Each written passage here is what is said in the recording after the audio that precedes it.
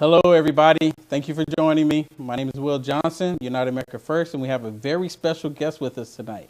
It's a young lady. Her name is Avialae. Very beautiful name. I love your name. But she goes by base Southern Belle. She's a 20-year-old nationalist conservative writer, artist, model, intellectual rebel. Welcome. You know what? I saw your video online and I'm like, wow, I love the way you articulate what you're saying.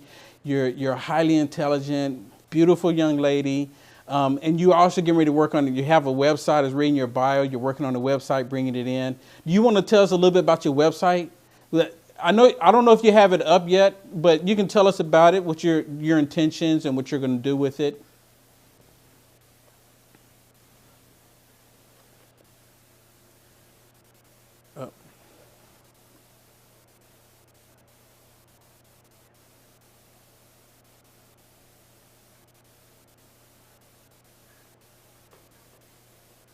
Consider themselves to be conservative intellectuals to discuss things regarding philosophy and political theory and that sort of thing.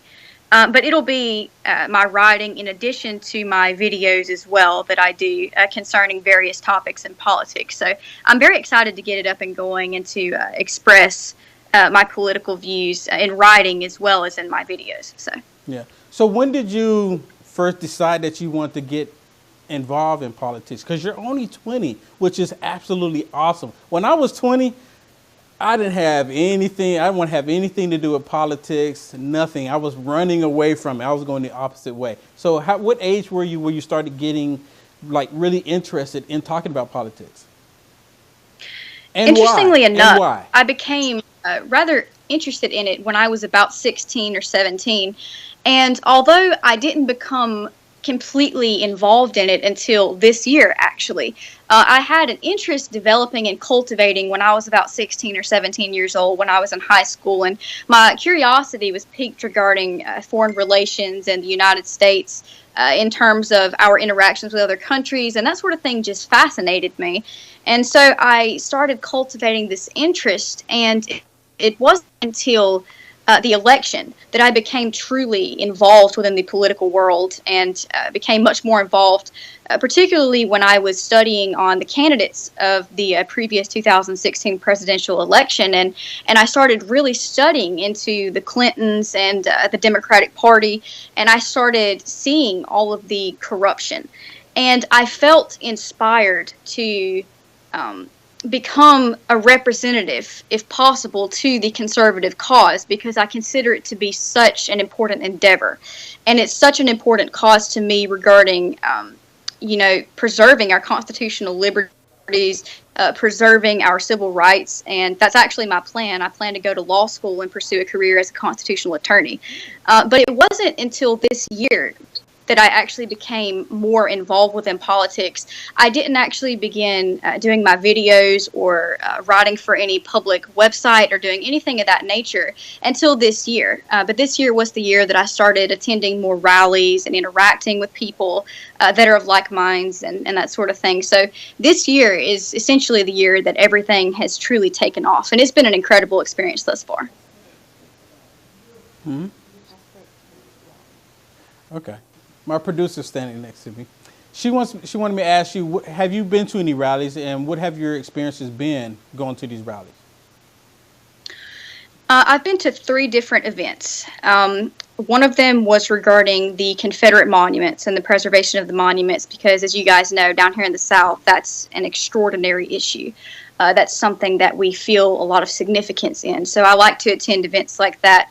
I attended one in Orlando, Florida for the Confederate monuments, and that event was completely successful. We didn't face any opposition, any Antifa, any Black Lives Matter, anything like that. We didn't face any leftist agitators or anything of that nature. It was very calm, actually, and it was just an incredible environment because it was all just patriots interacting with one another. Right. And standing in unison for a common cause, and that was truly beautiful to me.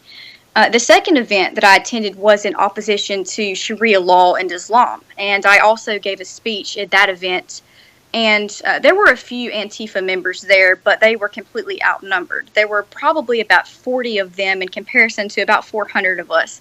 So it wasn't too bad. It was still a successful event.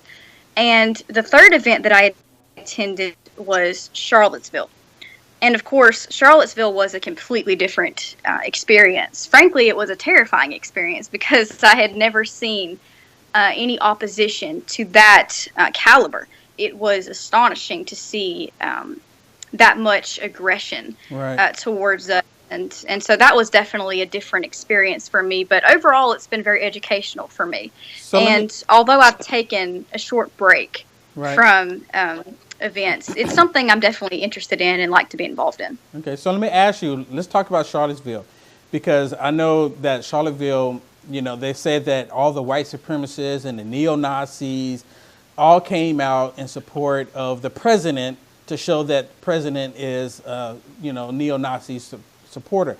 And it's basically because of the statues. So you said you were there. So one of the things that the media was saying is that it was only the people that considered themselves conservatives or on the right were the ones that were being violent. What was that a true statement? Because I know that came from the liberal media where they were saying that, and you were there firsthand. Now, so when I've gone to rallies, for example, like in Berkeley, and we have the opposition showing up, there has been violence, and it always starts from BLM, Antifa, and band members, and then you have patriots that's not going to stand by and take it anymore, and then they jump right in and with all the violence. So how did it kind of come about in Charlottesville? What was like was there anything, one thing or a couple things that kind of started it off? It was definitely instigated by the left. And I have reason to believe that the local government there in Charlottesville actually wanted to instigate some sort of confrontation. Now, when I first arrived there, I was there with a few friends of mine and also some personal security that we were fortunate to have with us. And we actually had to walk through a certain area that was already full of members of Antifa and Black Lives Matter. Now, when we were walking into that area, there was just such an immense amount of them, that it was rather intimidating to have to walk through this large crowd. But there wasn't any violence initially at the event. So I walked with my friends and my security team through into the designated area there. And we were there, I would say, probably about an hour, hour and a half. And it was later on in the morning that I overheard Jason Kessler, the organizer, discussing with a police officer the situation. And they had some sort of confrontation because I remember hearing Jason reiterate that we did have a permit to be there. And, of course, we had the constitutional right to be there. And I remember, given that I'm a very observational type person, I remember looking around and I saw several military personnel standing on some of the rooftops in the vicinity of the area. So that seemed rather suspicious to me.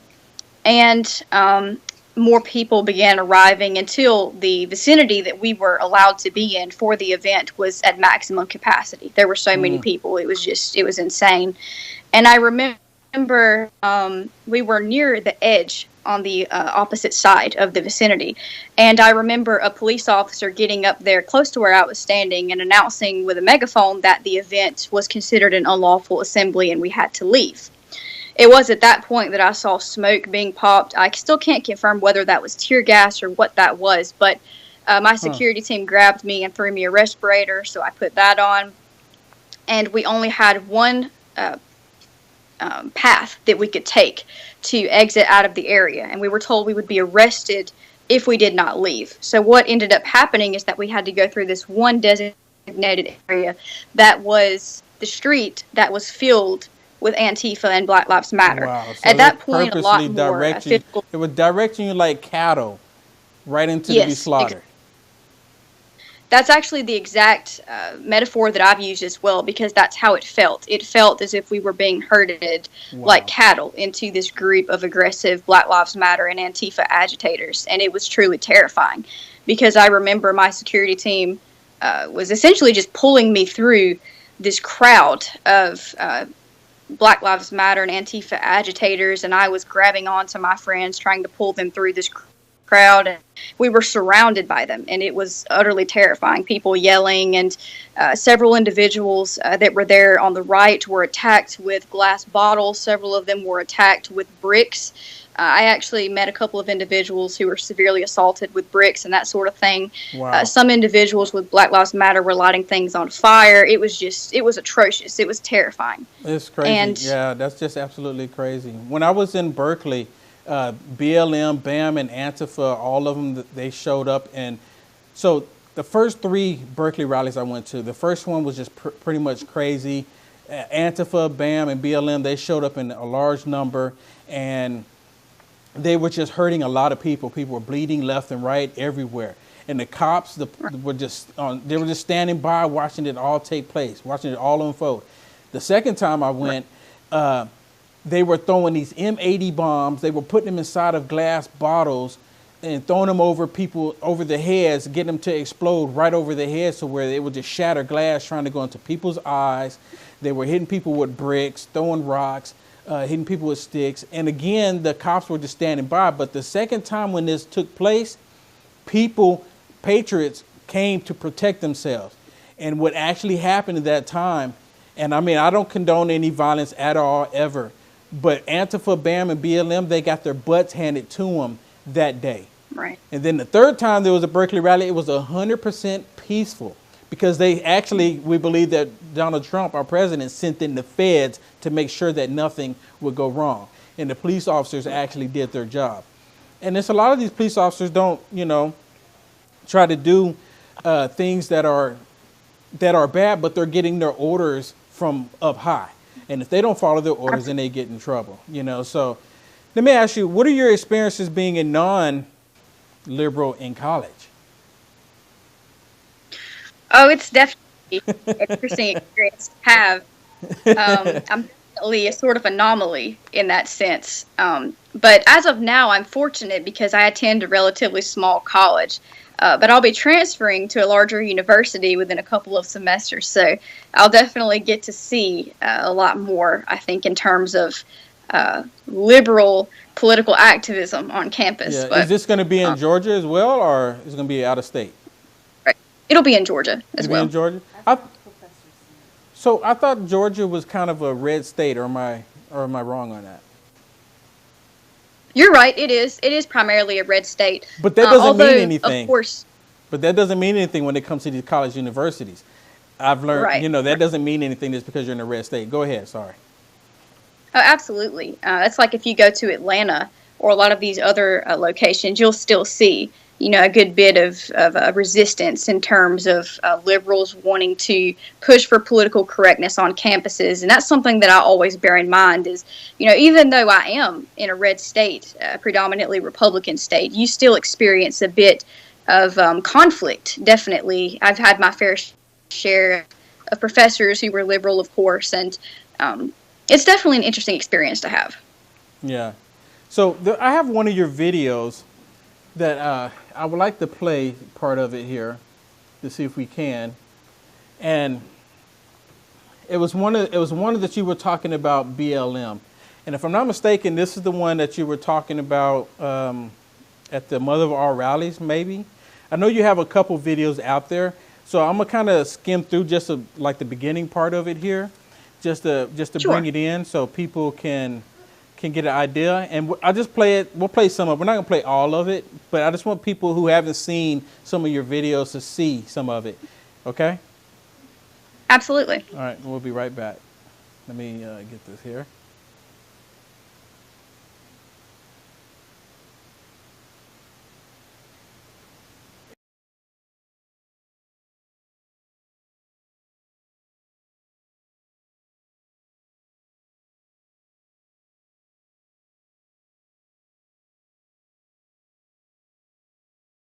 Because this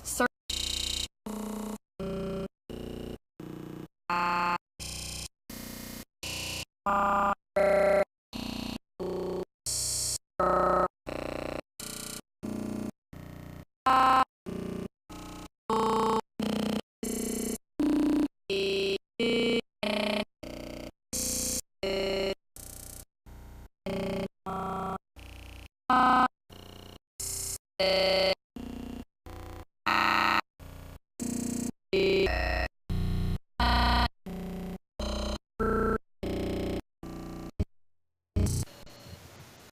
sorry about that. It's not playing right for me here. I'm gonna have to fix that.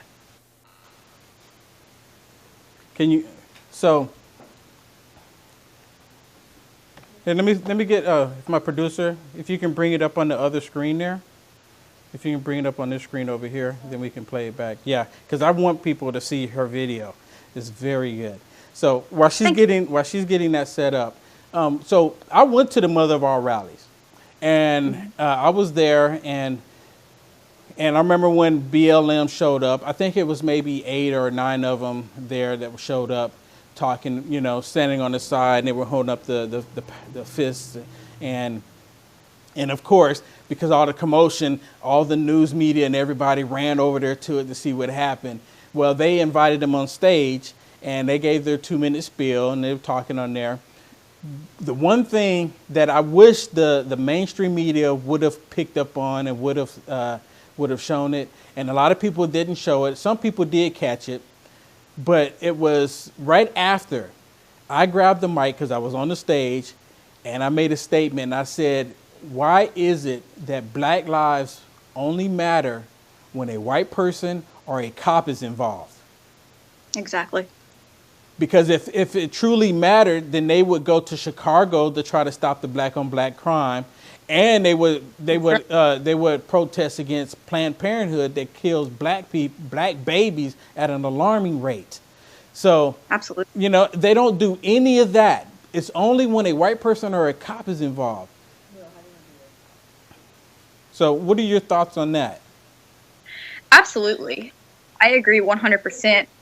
And after I did video regarding the mother of all rallies, I actually did a second one on just that topic, on the sort of hypocrisy of the fact that a lot of people, particularly in Black Lives Matter, don't address the fact that a majority of crimes that involve black victims are instigated by black perpetrators. So we need to observe the factors that are instigating this sort of crime, because if we truly believe that Black Lives Matter, then we need to consider the fact that there is something internal. There is some sort of internal conflict going on that's causing this disproportionate amount of crime.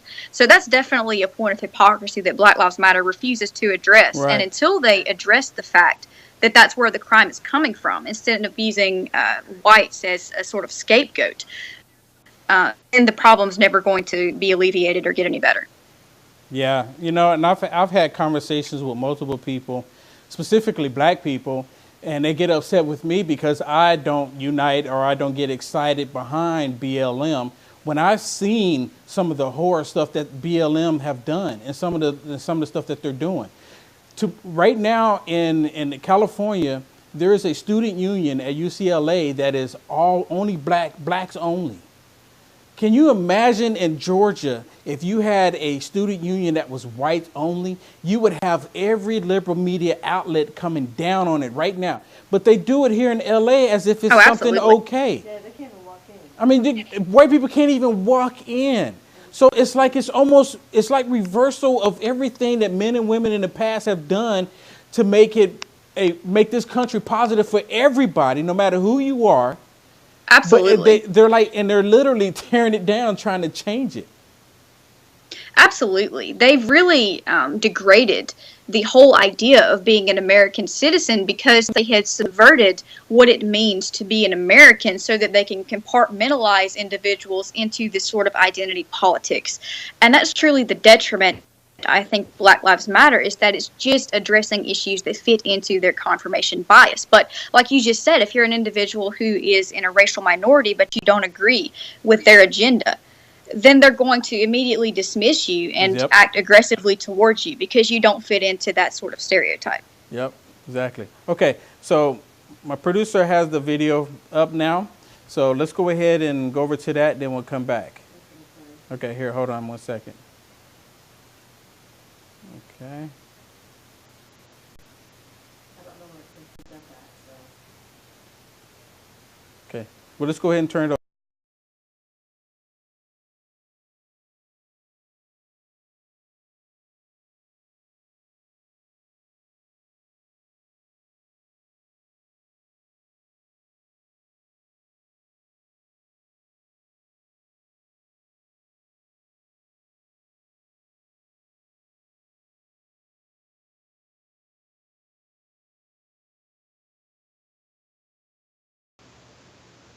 Play it now. Hold on, let me get it back. You think I would have done this before? Okay, here we go.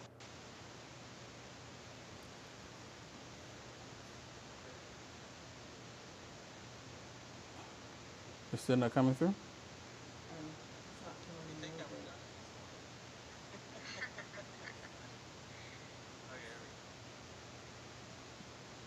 Okay.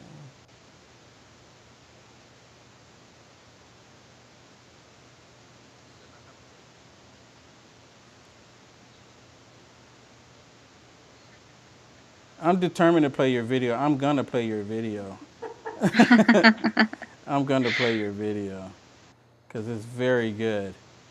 And let me get it worked out here.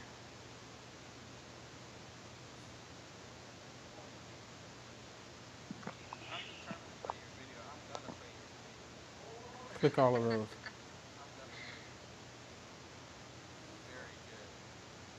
Can you click them all?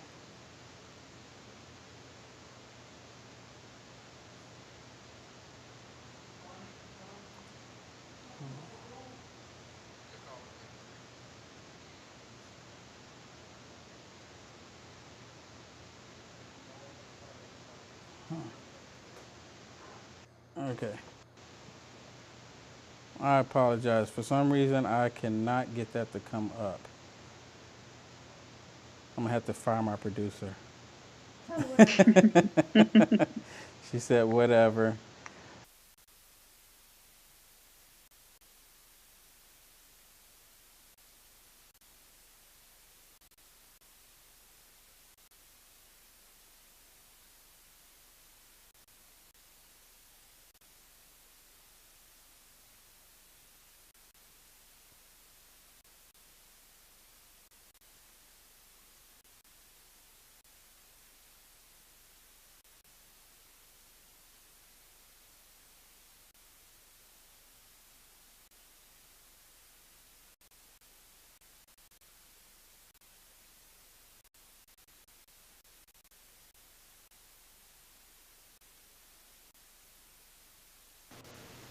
All right, you there?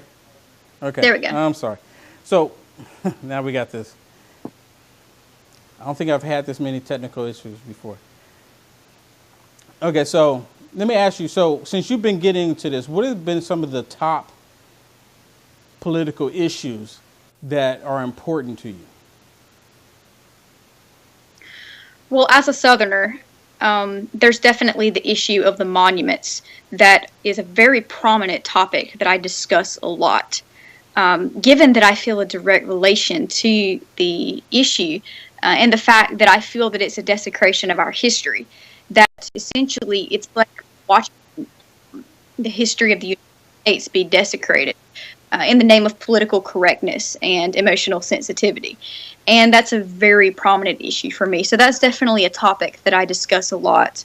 In addition to that, I typically look at a lot of the prominent issues that leftists love to push, whether it be Black Lives Matter, whether it be gun violence, whether it be a number of these other topics. I like to actually research these topics so that I can have statistics and factual information that reinforce my argument. And go from there and actually discuss why their arguments are inconsistent or hypocritical and discuss the actual facts, because I feel that due to my position and the fact that I have gained an amount of influence over a large number of people, I feel a responsibility for those people to know the truth about things, for them to know what the factual information and evidence is regarding these mainstream issues. So whether it's regarding gun violence or illegal immigration, whether it's regarding the monuments or Black Lives Matter, whether it's regarding Antifa, political correctness, any of these other prominent mainstream issues, I try to address all of them that I can, and especially the ones that are the most prominent, that gain the most attention. Okay. Yeah, I'm trying to get that working because I really want to show that video. You know what? What I'm going to do is afterwards I will post it on my wall so everyone can go back and watch it because it's very powerful. I mean, Absolutely. like you Thank you. when I first saw your video, I was like, wow, I've got to get her on with me. I've got to get her on. And I think when you go to, I think you said in a couple semesters you're going to go to another college, different university. I think when you Correct. get there, you're probably going to be pretty well known, and people are going to know who you are when you come through the door. I mean, I think you're going to make a huge impact. And you know, I'm very.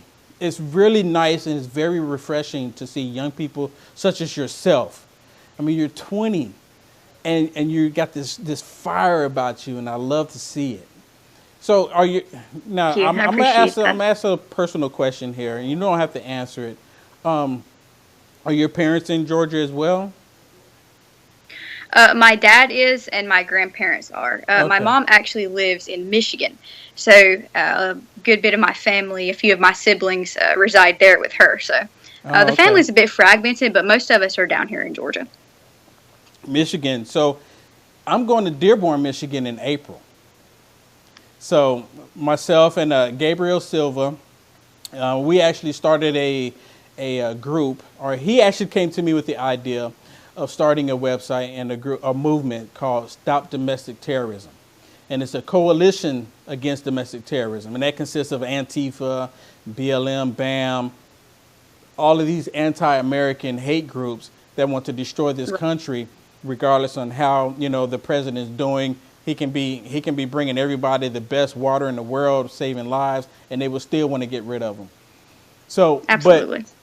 not to say that the people in Dearborn, Michigan aren't terrorists, but the reason why I want to go there is because of the Christianity that's being prosecuted or being suppressed, because a lot of the population there is now Muslim.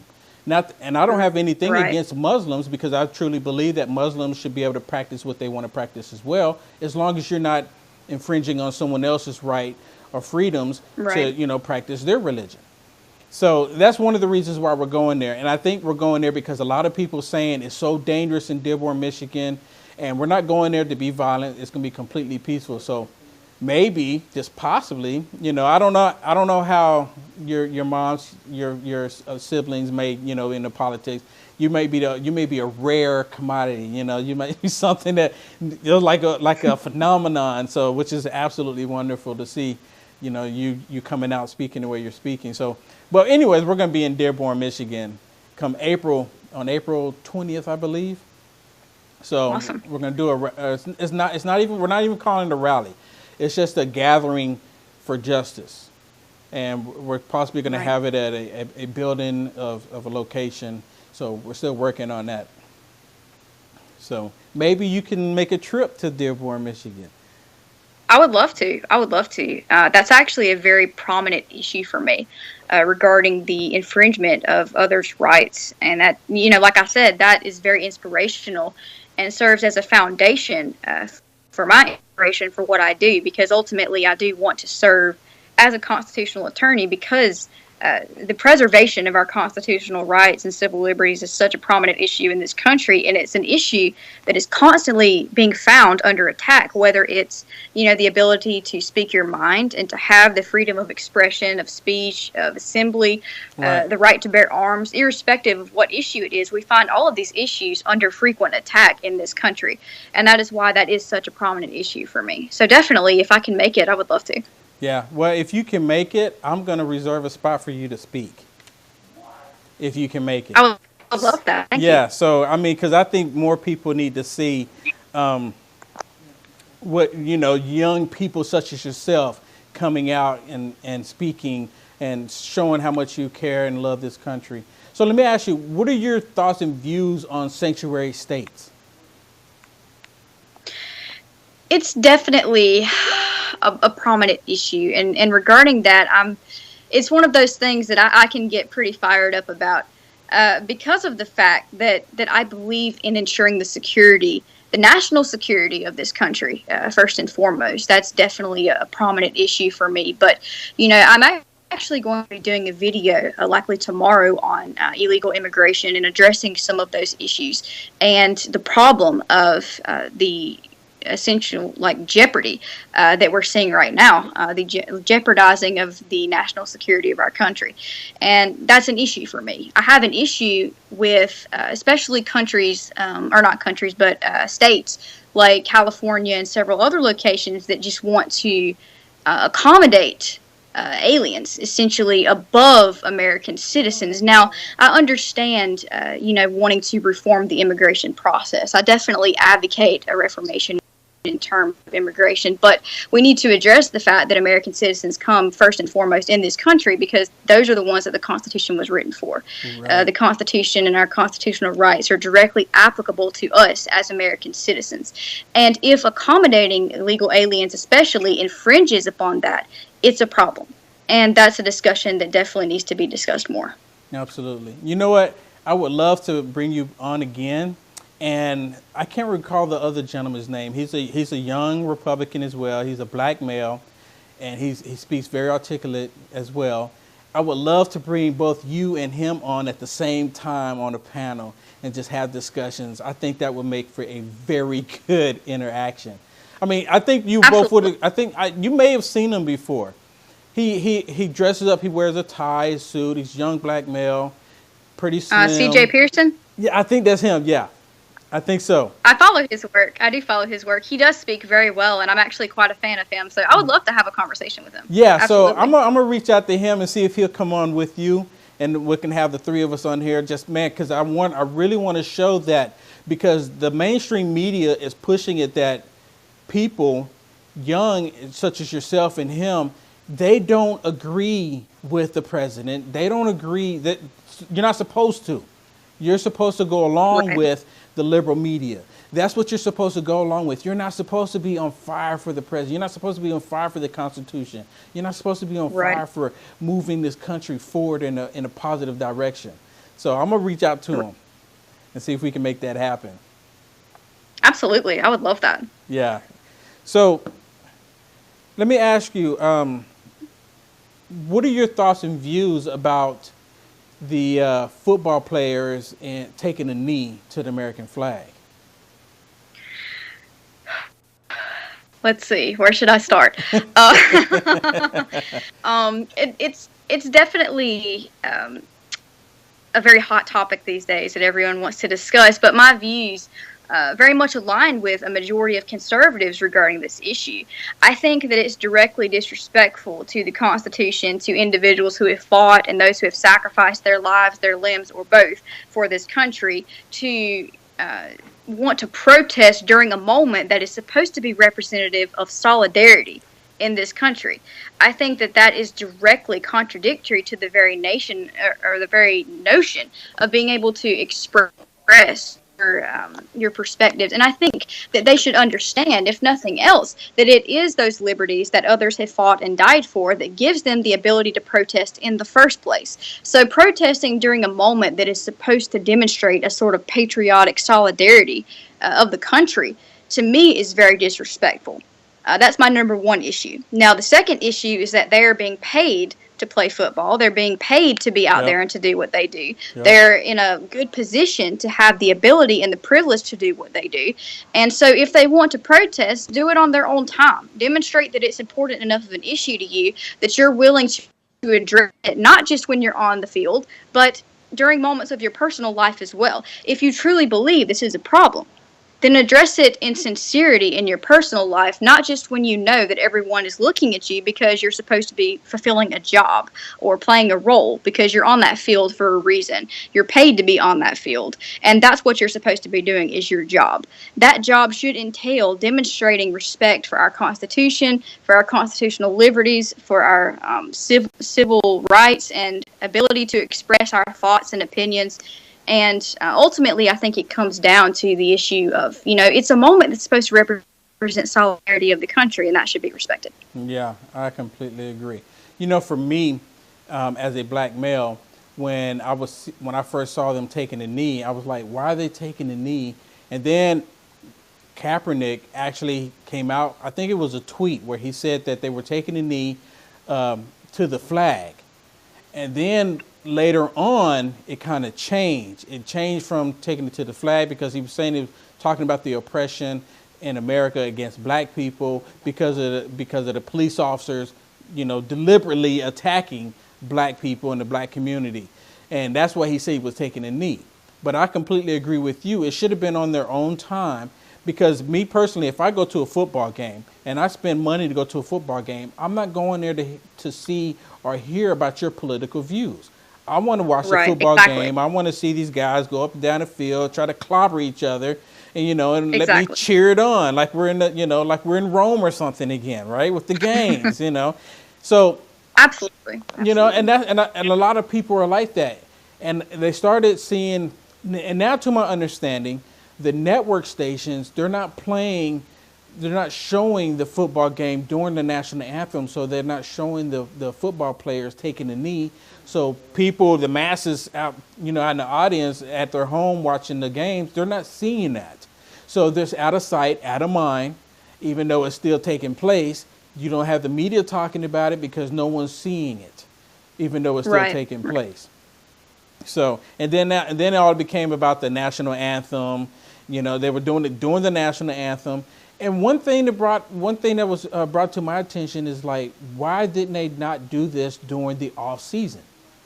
If they truly if this was truly a movement or truly something that they wanted to resolve, why not do it in the off season? And then another thing, if Kaepernick was really wanting to bring an end to the police oppression, what they like to call it, he should have went and found 4 white cops, linked arms with them, and stood there every game. I think that would have been more of a positive impact than him taking the knee, disrespecting the men and women in this country that have served and died so we can have the rights that we have. And that's when he decided to do it. Absolutely. I couldn't agree more with you. And, I think that's what I call one of the grand schemes behind not only Black Lives Matter, but several different liberal institutions, whether it be Antifa or BAM or any of these other organizations. They have marketed victimization because they have made people believe in these hasty generalizations that if you're black, you must be inherently oppressed. If you're white, you're inherently an oppressor. And we must, of necessity, stand in opposition to one another because that's what's politically correct to them. And it's a very tribalistic mentality in that it must be us versus them. And that definitely destroys any amount of solidarity that we could possibly have. So, it's definitely contradictory to what they claim to want. They claim to want justice. Well, if you want justice, then you should be willing to discuss these things in honesty and in sincerity, and understanding that it's not about the fact that all blacks have to be oppressed, that all whites have to be the oppressors, that's not the case, that we're not inherently oppressive simply because, you're in a majority, and you're not necessarily oppressed simply because you're in a minority. And in my opinion, I find it to be incredibly patronizing to African Americans. I think African Americans deserve more respect than to be told that they have to feel like they're oppressed. I feel like that's very patronizing and condescending. And I have more respect for my friends, racial minorities, than to tell them, oh, you should feel like you're in this oppressive position. No, I don't feel that anyone should be categorized in that way. I think it's very insulting. And that's exactly what liberals have sold to racial minorities, minorities and sexual orientations, any minority. They have definitely sold them this victimization mentality that helps them perpetuate their views and help them control those demographics. Yeah, I'm glad you brought that up, because I noticed that the liberals, they use everything to try to divide us. When I watch, during the election, when I watched the polls, or when I was trying to watch, I would watch the election, then I would see the polls if it was on CNN or Fox News or MSNBC, what have you, right? So they would say you would have intelligent white women when they're not going to vote for Trump. Or, they're going to say the minorities, Latinos, not going to vote for Trump. Black people are not going to vote for Trump. And they say only rich white men are going to only vote for Trump. But then when you have people such as myself coming out speaking, say, no, I'm not any of those, but I'm going to vote for Trump. And, I'm going to vote for Trump. So then they want to suppress all the stuff that I'm saying and putting out there. Because according to the media, you and I should not be having a conversation. You're a white female. I'm a black male. We shouldn't be having a conversation about the president, being a Right. positive conversation. Now, let me ask you this, because this has been happening to me, and I try not to talk too much about it because I don't want to seem like I'm whining or crying about it. But it's kind of hurtful what Facebook is doing to me, and I'm just kind of curious, have you seen it or has it been happening to you? So Facebook has been removing roughly about 100, maybe sometimes 200 people a day from my page. So I'm just curious, have you seen any of that?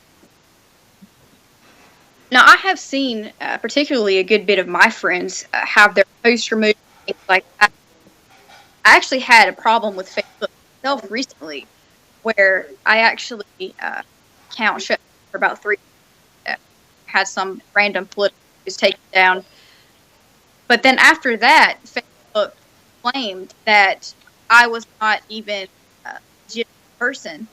And I actually had to send proof of my identification to Facebook to reinstate my profile. It was ridiculous. Really? But So- I have seen So they're saying that difference in my friends list. so they were saying that your account was not even real, legit. Yes, I actually have the screenshots of that. They said that I showed them identification. Otherwise, my account would be permanently disable. Wow. So I'm wondering if that's happening to a lot of people, because I'm getting multiple people reaching out to me asking me, why did I remove them from my page? And I'm having Right. to constantly say, I did not remove you, you know, and I've had some people upset with me because that took place, and I had nothing to do with it. So I had to come out and start talking about it more and more, just to let people know, saying, hey, I'm not removing anybody. I'm purposely not removing anybody, just to see, because what's happening is even the people that are being really mean to me and hateful, I'm not blocking anyone, just so I can see. And they've just started removing people like crazy. Absolutely. There's definitely a tendency for Facebook, Twitter, a lot of other social media engines to try to censor us because, again, we don't have a politically correct. And so, you know, for a while, I didn't experience any problems. But when that happened, I was astonished to see the extent to which they would go to try to censor someone that they disagree with. I actually did a little test today on Amazon. I went to Amazon and I looked up the Confederate flag just because I wanted to see if there were any Confederate flags on Amazon.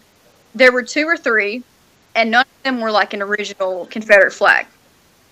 Then I looked up the communist flag on Amazon. There are so many. There are a myriad of communist flags. Really? Amazon even has an Amazon's Choice communist flag that you can get at a lower price. Like, that is the ridiculous nature of the internet these days and social media. So it definitely shows the bias. Wow, and you can even their buy. attempt to. Yeah, I'm sorry. I was just going to say that just shows their bias and attempt to shut down anyone that disagrees. Yeah, absolutely. You know, you can even go on there and buy an Antifa flag. Exactly. And now Walmart is selling BLM T-shirts and paraphernalia. So it's astonishing to me. I can't go on Amazon and purchase a flag that represents my family's heritage and history. But I can go on Amazon and pick out 20 different flags that represent the deaths of over 100 million people. And that's okay. It's crazy. It's the crazy world we're living in. So, hey, I really appreciate you coming on with me. If you would, tell everyone how they can find you, how they can follow you, and how they can get more information on you. And one more time, tell everyone when your website is going to be up and what it's about again. Absolutely. Well, you can follow my Facebook page, The Bay Southern Belle, my Twitter profile of the same name. And then I also have a YouTube channel, The Bay Southern Belle. And mostly everyone follows me on Facebook. That's where the majority of the traffic comes from for my videos. But my videos that I have on Facebook, I likewise upload to YouTube. So I have all my accounts under the name The Bay Southern Belle on Twitter, on YouTube, and on Facebook. And then hopefully within a couple of weeks, I'll have my website, Revolutionary Renaissance, up as well, in which I'll be discussing different philosophical issues and political theory as well. Awesome. Again, thank you. And I'm sorry that I wasn't able to play your video earlier. I'm actually gonna. Oh no, it's fine. No, you know what? I want people to see your video. I mean, because this is the video that really kind of sparked me to like, wow, look at this beautiful, young, talented, brilliant.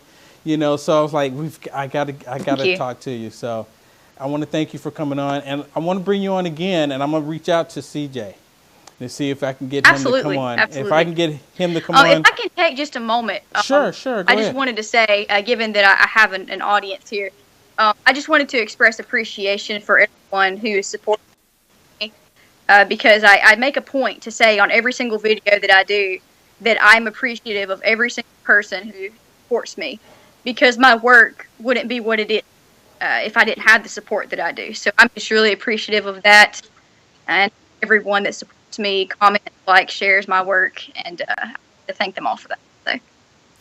Awesome, brilliant. I want to thank everybody for watching, sticking through with my little technical issues here. We'll work those out. And please go to UnitedAmericaFirst.com. Also, please visit StopDomesticTerrorism.org. And today, visit VoteThemOut.org. VoteThemOut.org. You can, just go check it out. VoteThemOut.org. It's pretty hilarious. At least I think so. Again, I want to thank everybody for watching. Thank you. Good night and God bless. In order to discuss this topic accurately. This year is essentially the year that everything has truly taken off, and it's been an incredible experience thus far. Okay. My producer's standing next to me. She wanted me to ask you, have you been to any rallies, and what have your experiences been going to these rallies? I've been to 3 different events. One of them was regarding the Confederate monuments and the preservation of the monuments, because as you guys know, down here in the South, that's an extraordinary issue. That's something that we feel a lot of significance in. So I like to attend events like that. I attended one in Orlando, Florida for the Confederate monuments, and that event was completely successful.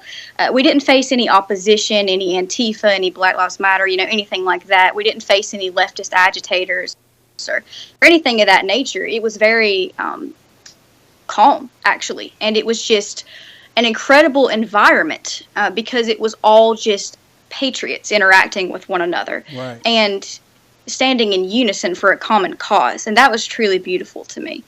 The second event that I attended was in opposition to Sharia law and Islam, and I also gave a speech at that event, and there were a few Antifa members there, but they were completely outnumbered. There were probably about 40 of them in comparison to about 400 of us, so it wasn't too bad. It was still a successful event.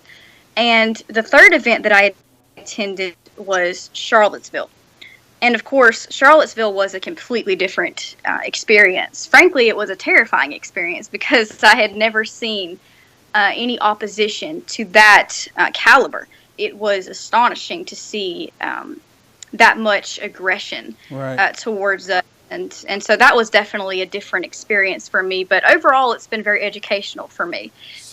Although I've taken a short break from events, it's something I'm definitely interested in and like to be involved in. Okay, so let me ask you, let's talk about Charlottesville, because I know that Charlottesville, they said that all the white supremacists and the neo-Nazis all came out in support of the president to show that president is, neo-Nazi supporter. And it's basically because of the statues. So you said you were there. So one of the things that the media was saying is that it was only the people that considered themselves conservatives or on the right were the ones that were being violent. Was that a true statement? Because I know that came from the liberal media where they were saying that, and you were there firsthand. Now, so when I've gone to rallies, for example, like in Berkeley, and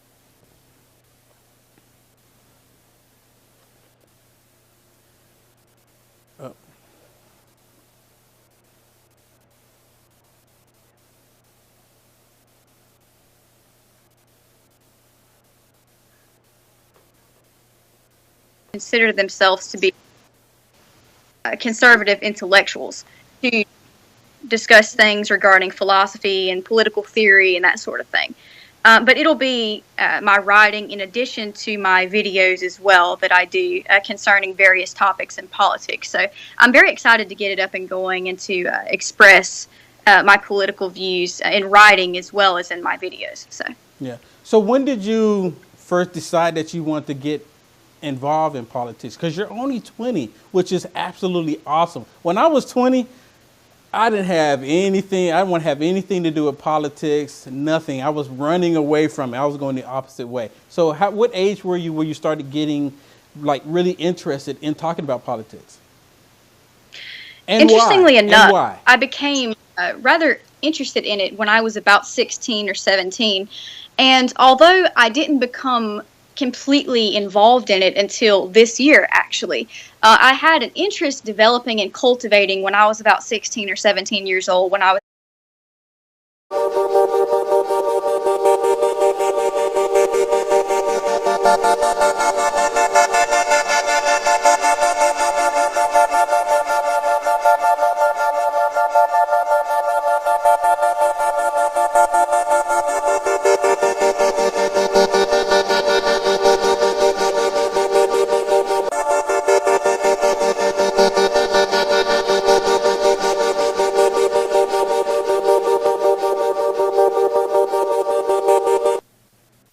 Hello, everybody. Thank you for joining me. My name is Will Johnson, United America First, and we have a very special guest with us tonight. It's a young lady. Her name is Avialae. Very beautiful name. I love your name. But she goes by base Southern Belle. She's a 20-year-old nationalist conservative writer, artist, model, intellectual rebel. Welcome. You know what? I saw your video online and I'm like, wow, I love the way you articulate what you're saying. You're a highly intelligent, beautiful young lady. And you also getting ready to work on it. You have a website, is reading your bio. You're working on a website, bringing it in. You want to tell us a little bit about your website? I don't know if you have it up yet, but you can tell us about it, what your intentions and what you're going to do with it. in high school, and my curiosity was piqued regarding foreign relations and the United States in terms of our interactions with other countries, and that sort of thing just fascinated me. And so I started cultivating this interest, and it wasn't until the election that I became truly involved within the political world and became much more involved, particularly when I was studying on the candidates of the previous 2016 presidential election. And I started really studying into the Clintons and the Democratic Party, and I started seeing all of the corruption. And I felt inspired to become a representative, if possible, to the conservative cause, because I consider it to be such an important endeavor. And it's such an important cause to me regarding, preserving our constitutional liberties, preserving our civil rights. And that's actually my plan. I plan to go to law school and pursue a career as a constitutional attorney. But it wasn't until this year that I actually became more involved within politics. I didn't actually begin doing my videos or writing for any public website or doing anything of that nature until this year. But this year was the year that I started attending more rallies and interacting with people that are of like minds and that sort of thing. So